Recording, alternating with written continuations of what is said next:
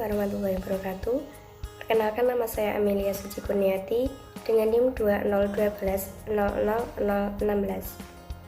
Kami di sini akan menjelaskan tentang konsep dasar filsafat pendidikan Islam. Yang pertama yaitu pengertian filsafat. Filsafat berasal dari bahasa Yunani philosophia, philo yang berarti cinta dalam arti yang luas, yaitu ingin, dan karena itu lalu berusaha mencapai yang diinginkan itu. Sophia artinya kebijakan dalam arti pandai, pengertian yang mendalam, cinta pada kebijakan. Filsafat adalah sesuatu yang berada di tengah-tengah antara teologi dan sains. Herodotus mengemukakan bahwa filsafat dalam arti sempit adalah science of science. Tugas utama filsafat adalah memberikan analitis secara kritis terhadap asumsi-asumsi dan konsep sains dan mengadakan sistematisasi sains. Dalam pengertian yang lebih luas, filsafat berusaha mengintegrasikan pengetahuan manusia dari berbagai lapangan pengalaman manusia yang berbeda-beda dan menjadikan suatu pandangan komprehensif tentang alam semesta, hidup, dan makna hidup. Pengertian filsafat pendidikan dapat diketahui pula dengan melakukan kajian terhadap hubungan filsafat dan pendidikan menurut ahli John Dewey. Menurut John Dewey, memandang pendidikan sebagai proses pembentukan kemampuan dasar yang fundamental, baik menyangkut daya pikir maupun daya perasaan, menuju ke arah tabiat manusia. Filsafat dalam hal ini dapat disebut sebagai teori umum pendidikan. Tugas filsafat dan pendidikan adalah seiring, yaitu sama-sama memajukan hidup manusia. Filsafat pendidikan Islam dapat diartikan sebagai studi tentang pandangan filosofis dari sistem dan aliran filsafat dalam Islam terhadap masalah-masalah pendidikan dan bagaimana pengaruhnya terhadap pertumbuhan manusia Muslim dan umat Islam.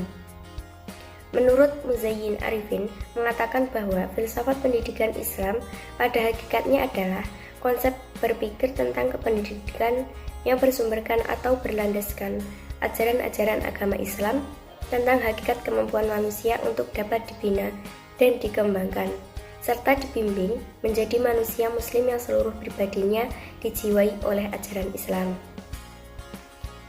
Definisi ini memberikan kesan bahwa filsafat pendidikan sama dengan filsafat pada umumnya, dalam arti bahwa filsafat pendidikan Islam mengkaji tentang berbagai masalah yang ada hubungannya dengan pendidikan, seperti manusia sebagai subjek dan objek pendidikan, kurikulum, metode, lingkungan, guru, dan sebagainya. Bedanya dengan filsafat pendidikan pada umumnya bahwa di dalam filsafat pendidikan Islam, semua masalah kependidikan tersebut selalu didasarkan pada ajaran Islam yang bersumberkan Al-Quran dan Al-Hadis. Dengan kata lain, bahwa kata Islam yang mengiringi kata filsafat pendidikan itu menjadi sifat, yakni sifat dari filsafat pendidikan tersebut. Dari uraian tersebut, kiranya dapat diketahui bahwa filsafat pendidikan Islam itu merupakan kajian secara filosofis mengenai berbagai masalah yang terdapat dalam kegiatan pendidikan yang didasarkan pada Al-Quran dan Al-Hadis sebagai sumber primer dan pendapat para ahli, khususnya pada filosof Muslim sebagai sekunder. Yang kedua yaitu pengertian pendidikan Islam. Melihat pengertian pendidikan dari segi bahasa, maka kita harus melihat kepada kata Arab karena ajaran Islam itu diturunkan dalam bahasa tersebut. Kata pendidikan yang umum kita gunakan sekarang dalam bahasa Arabnya adalah tarbiyah, dengan kata kerja robba. Kata pengajaran dalam bahasa Arabnya adalah taklim, dengan kata kerjanya al-lama. Pendidikan dan pengajaran dalam bahasa Arabnya tarbiyah wa taklim, sedangkan pendidikan Islam dalam bahasa Arabnya adalah tarbiyah Islamiyah. Pendidikan Islam menurut para ahli yaitu yang pertama menurut Dr. Andes Ahmad D. Marimba Pendidikan Islam adalah bimbingan jasmani, rohani berdasarkan hukum-hukum agama Islam menuju kepada terbentuknya kepribadian utama menurut ukuran-ukuran Islam dan bertanggung jawab sesuai dengan nilai-nilai Islam. Menurut Mustafa Al-Hulayani, bahwa pendidikan Islam ialah menanamkan akhlak yang mulia di dalam jiwa anak dalam masa pertumbuhannya dan menyiraminya dengan air petunjuk dan nasihat. Sehingga akhlak itu menjadi salah satu kemampuan jiwanya, kemudian buahnya berwujud keutamaan, kebaikan, dan cinta bekerja untuk kemanfaatan tanah air.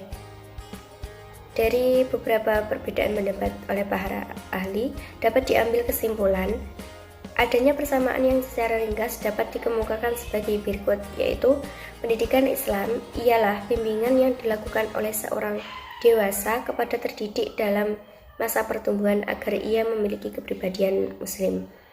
Cukup sekian dari saya, bila ada kurang lebihnya mohon maaf. Wassalamualaikum warahmatullahi wabarakatuh. Perkenalkan, nama saya Arismatri Widyaningsih, NIM 2012110029. Di sini saya akan melanjutkan pembahasan materi dari saudari Amelia, yaitu poin C, ruang lingkup filsafat, ruang lingkup filsafat pendidikan, dan ruang lingkup filsafat pendidikan Islam. Yang pertama yaitu ruang lingkup filsafat.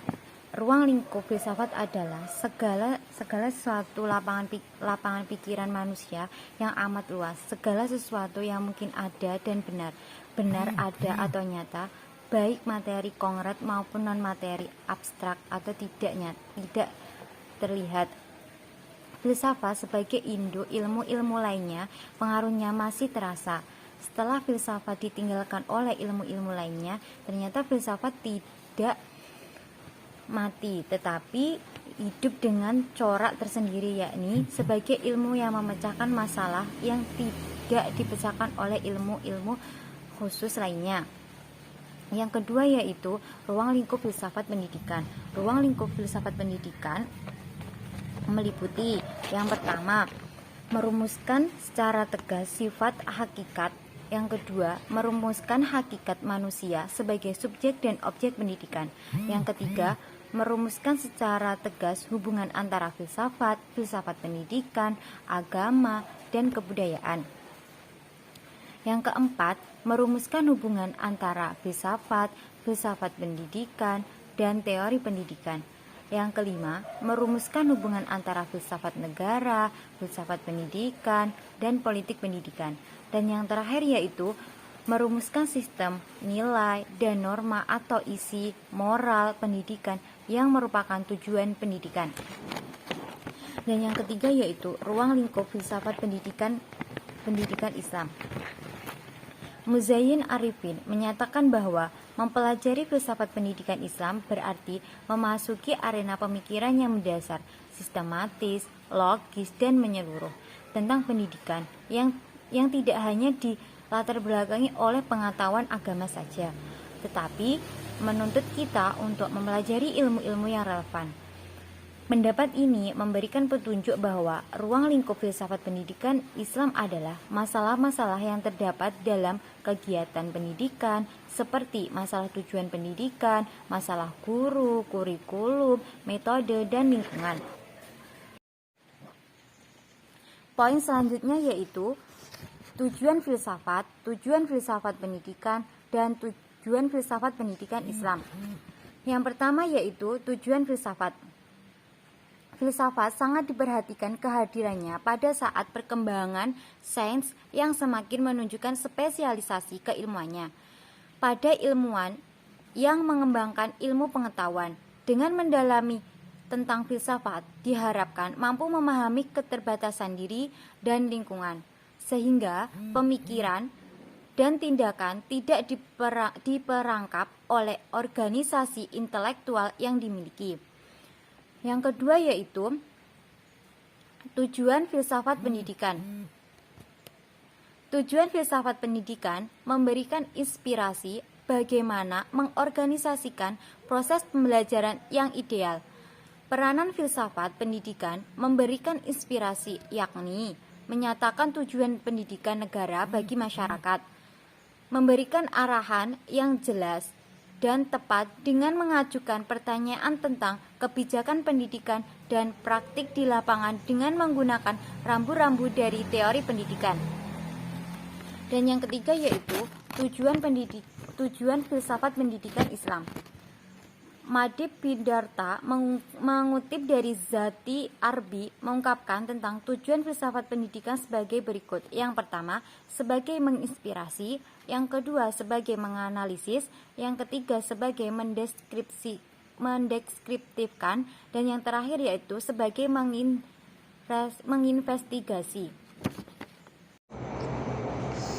Assalamualaikum warahmatullahi wabarakatuh. Perkenalkan, nama saya Abdul Aziz, NIM 20210001. Di sini saya akan melanjutkan materi dari teman kelompok saya, yaitu metode filsafat. Filsafat suatu ilmu yang menggunakan daya berpikir yang sangat luar biasa, yang sebagaimana telah dipahami bersama adalah hasil pemikiran para filsuf. Tentu ada beberapa metode yang dikembangkan sebagai usaha untuk mempelajari filsafat. Antara lain itu yang pertama ada metode sistematis.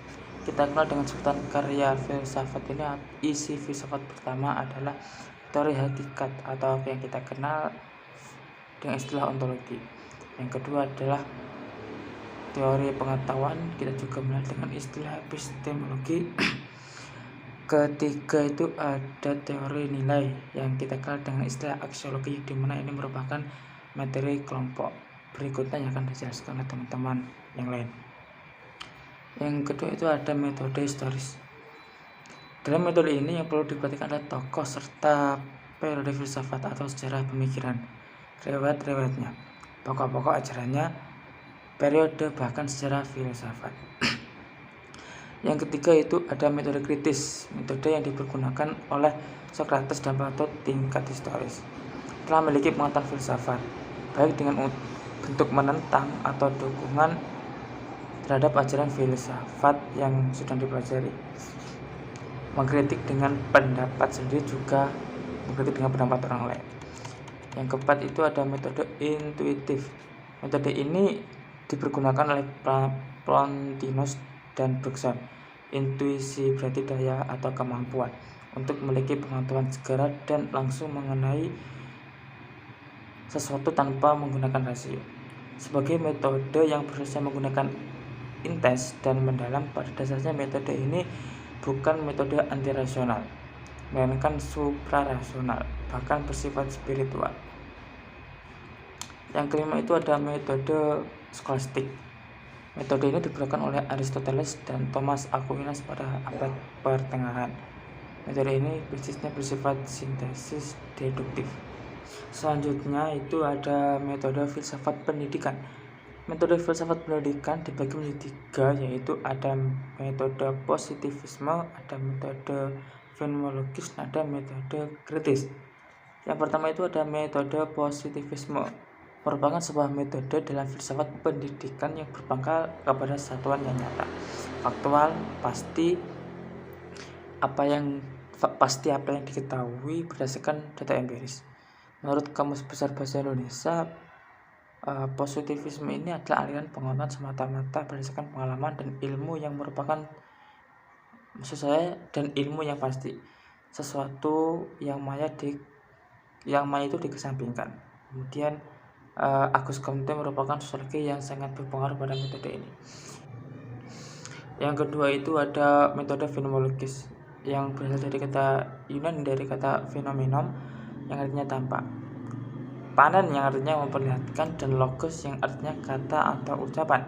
Secara umum, fenomenologi merupakan kajian terhadap fenomena atau segala hal yang tampak. Menurut Lawrence,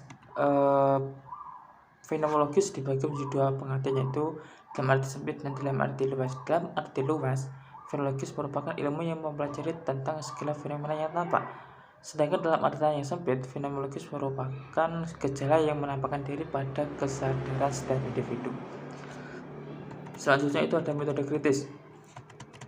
Metode kritis merupakan sebuah metode yang digunakan dalam filsafat yang lebih menguntungkan atau menggunakan rasio atau akal. yang memiliki hubungan timbal balik yang terjadi antara seseorang dengan orang lain. Metode ini banyak digunakan karena metode ini bersifat mengungkapkan pendapat. Selanjutnya itu tentang metode filsafat pendidikan Islam. Menurut Abdurrahman Saleh, beberapa metode pendidikan Islam yang telah disyariatkan dalam Al-Quran dan hadis paling tidak terdiri dari yang pertama itu ada metode cerita dan metode ceramah. Ini merupakan bentuk di mana itu seorang guru itu berbicara di depan orangnya, di depan para audien atau murid-muridnya. Banyak ditemukan dalam Al-Quran berisi kisah-kisah kesejarah atau peristiwa yang pernah terjadi seperti peristiwa kepemimpinan, kezaliman, keteguhan, iman dan perjuangan dan pendidikan. Semua kisah sejarah dan peristiwa yang diungkap Al-Quran dalam rangka sosialisasi dan internalisasi esensi muatan materi untuk diambil manfaat, hikmah dan kegunaannya. Yang kedua itu ada metode diskusi. Ini merupakan metode yang banyak digunakan dalam Al-Quran. Tipe pertanyaan yang diajukan memiliki berbagai dimensi. Misalnya dalam rangkai titik awal penjelasan sesuatu lebih lanjut, dalam rangka menciptakan diskusi atau dialog guna memperdalam atau mempelajari persoalan dan sebagainya. Yang ketiga itu ada metode simbolis verbal. Merupakan metode yang memerlukan kemampuan analisis sekaligus membiasakan para murid mengembangkan kemampuan analisisnya, karena pembelajaran diberikan kepada bentuk simbol-simbol yang verbal sehingga memerlukan pemahaman. Selanjutnya itu ada metode ganjaran atau hukuman. Merupakan metode ini digunakan Al-Quran guna memberikan motivasi kepada umat manusia untuk melakukan hal yang baik dan tidak melanggar aturannya,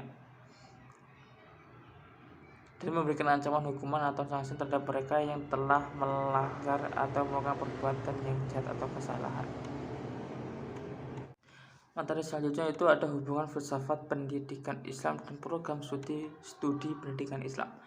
Zuhraini mengatakan dari segi metodologi ilmiah, ternyata ahli ilmu pengetahuan dan filosof dari kalangan kaum muslimin adalah merupakan perintis-perintisnya. Pola berpikir rasional dalam dunia ilmu pengetahuan berasal dari filosof Islam. Di antaranya seperti Al-Farabi, Ibnu Sina, Ibnu Arsyad Al-Kindi, dan lain-lain. Itu merupakan sebagai filosof dan ilmuwan muslim dan menjadi pioner pengetahuan dan bidang ilmu empiris pada saat itu. Walaupun tidak secara eksplisit, filsafat Islam berpengaruh terhadap pembentukan ilmu pendidikan. Akan tetapi dapat dikatakan bahwa filsafat Islam dapat dijadikan landasan bagi pendidikan baik teoritis maupun kritis.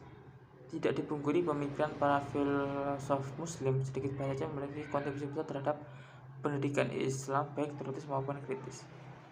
Maksud saya teoritis maupun praktis, baik mengenai tujuan kurikulum, metode belajar mengajar, cara memperlakukan murid-murid, kewajiban guru dan hak-hak guru beserta murid.